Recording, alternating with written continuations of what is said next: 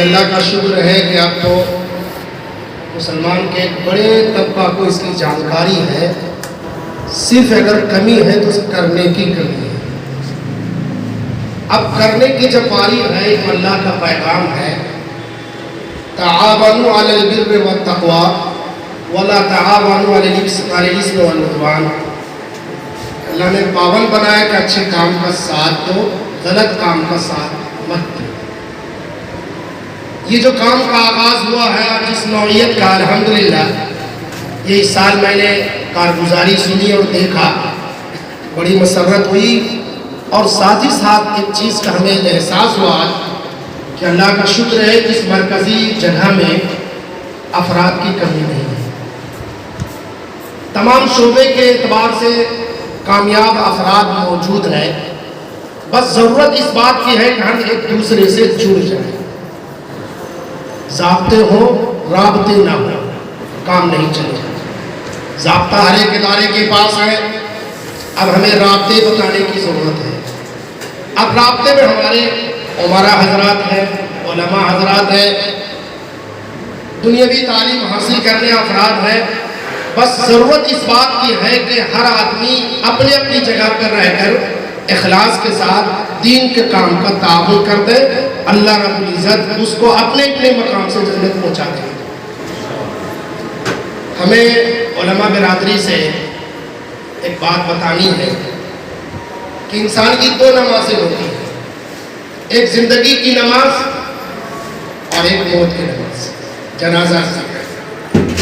شریعت کی طرف سے آپ کو زیادہ حقدار بنایا ہے علماء طبقے کو، زندگی کی بھی نماز پڑھائے اور موت کی بھی، یعنی جنازے کی نماز پڑھائے۔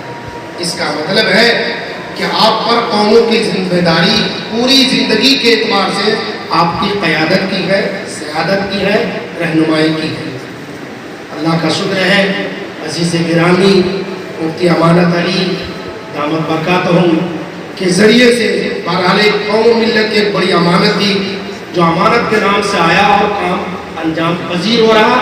ہم اسے دل کی عطا گہرائیوں سے دعا دیتے ہیں اور اس کا مبارکبادی پیش کرتے ہیں۔ بس یہی درخواست ہم آپ سے کرتے ہیں کہ اللہ کا حکم ہے کہ اچھے کام کا ساتھ دو، غلط کام کا ساتھ نہ دو۔ مختصر میں ایک چھوٹا سا واقعہ ہم آپ کو بیان کریں۔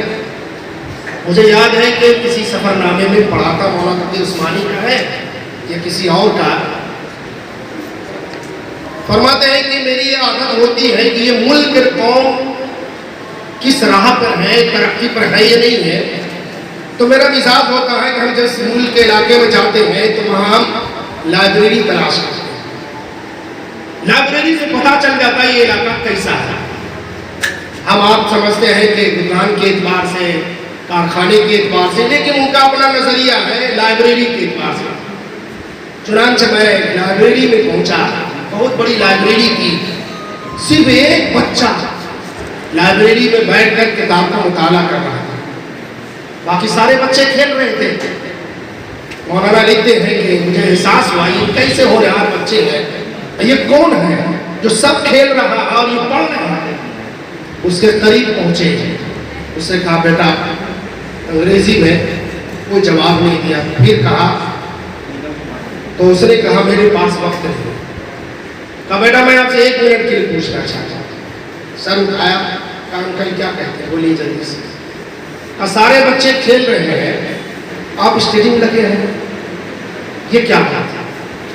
اس بچے نے کہا انکل آپ کو معلوم ہونا چاہیے کہ میں یہودی ہوں، مجھے احساس ہے کہ ساری دنیا میں میری قوم چٹکی کے برابر ہے، میں یہ سوچتا ہوں کہ اگر میں نہیں پڑھوں گا تو اپنی قوم کو نہیں بچا سکتا۔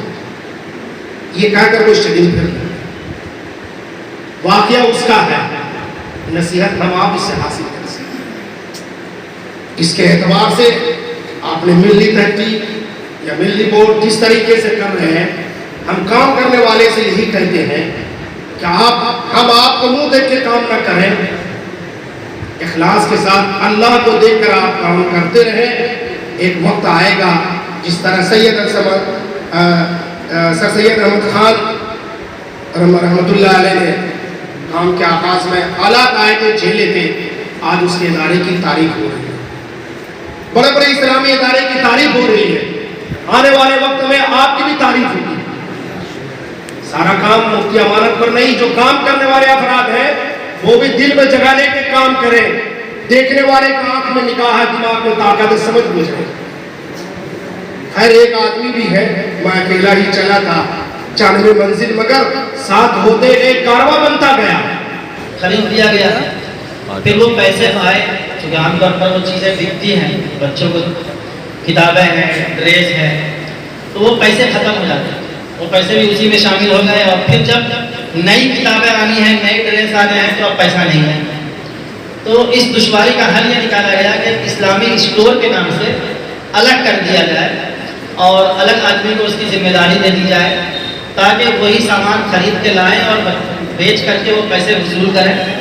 2 پیسے بڑھنے چاہیے، 2 پیسے گھٹنے نہیں چاہیے۔ الحمدللہ یہ ایک کامیاب تجربہ رہا، اور اس کے بعد یہ دشواری ختم ہو گئی کہ کتاب نہیں ہے اور پیسہ بھی نہیں ہے، یا ڈریس کے کپڑے نہیں ہیں اور پیسے بھی نہیں ہیں، پیسے کوئی نظم ہو پھر کپڑے آئیں، تو یہ دشواری الحمدللہ اس کے بعد سے ختم ہو گئی ہے۔ تو اب اگر ادارہ بنانا چاہتے ہیں تو دل سے بنائیے،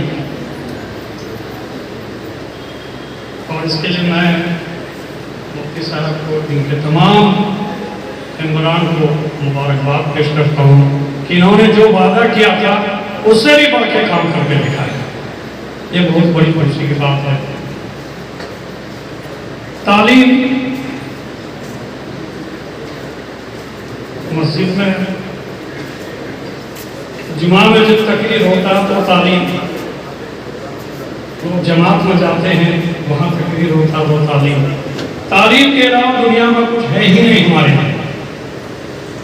اور بہت صحیح انہوں نے فرمایا کہ چننا آپ کو ہے، چونکہ یہ سرکاری نوکری میں ہے تو انہوں نے اپنے تجربات بتایا۔ جو ہمارا علاقہ ہے کاروباری علاقہ، تو آپ یہ سوچ کے مایوس نہیں ہوئیے کہ بھائی سرکاری سروس کتنے کو ملتا ہے، محنت کریں گے سرکاری نوکری ملے گا، لیکن اگر آپ پڑھ لکھ کر کے ایک بہتر بزنس مین بنتے ہیں وہ بھی آپ کے لیے بہت ہی بہتر ہے۔ غریب غربا مفلس ہے جو پڑھا نہیں سکتے اپنے بچے کو، 8 9 10 سال کے جب بچے ہوتے ہیں تو کسی کے دکان پر رکھ دیتے ہیں کہ 2000 3000 آئے گا اور ہمیں گھر کی خرچیوں میں پیٹ کی آگ بجھانے میں لگائیں گے۔ دوسری تعلیم وہ حضرات بیچ میل والے دیتے ہیں، بچے کو میٹرک تک لے جاتے ہیں، پھر ہوا پاس ہوا گھر بیٹھتے ہیں۔ اور تیسری تعلیم، تیسرے طرح کی جو ہمارے سماج میں ہے، وہ تعلیم اپنے بچے کو دلاتے ہیں اور منزل مقصود تک پہنچاتے ہیں، اور ہم ڈھاک کے 3 پاس بکھرے ہوئے ہیں، وہ ماحول نہیں بنتا ہے۔ ماحول بنانے کے لیے ہمارے بیچ میں تعلیمی ملی بورڈ کا جو ہے یہاں پر ضرورت ہے، اور تعلیمی ملی بورڈ کا جتنا بھی تعریف کروں ان کے تمام عہدیداروں کو، ان کے تمام ارکان کو، لوگوں کو وہ کم ہے، کیونکہ آج دنیا کہاں سے کہاں نکل گئی۔ ہمیں کہیں منع نہیں ہے کہ آپ تعلیم حاصل نہ کریں، تعلیم حاصل کریں گے تبھی تو آپ خدمت کریں گے۔ آج اگر مسلمان تعلیم حاصل کرتا ہے تو اس سے پورے دنیا کو یہ نصیحت کریں گے، کیونکہ یہ ایمان والے ہیں، اللہ کے ماننے والے ہیں، ان کو پورا دین مکمل کس طرح سے بتایا جائے وہ ان کو جانکاری ہے۔ اس لیے میں ان تمام لوگوں سے اپیل کرنا چاہتا ہوں کم وقتوں میں کہ ایسے اداروں کو آپ بھرپور تعاون مدد کریں، جان سے، مال سے، ہر طرح سے، اور کوئی بھی ادارہ یا کوئی بھی چیز جب قائم ہوتا ہے، شروعات ہوتا ہے، تو وہ گانا ہے اچھوں کو برا ثابت کرنا،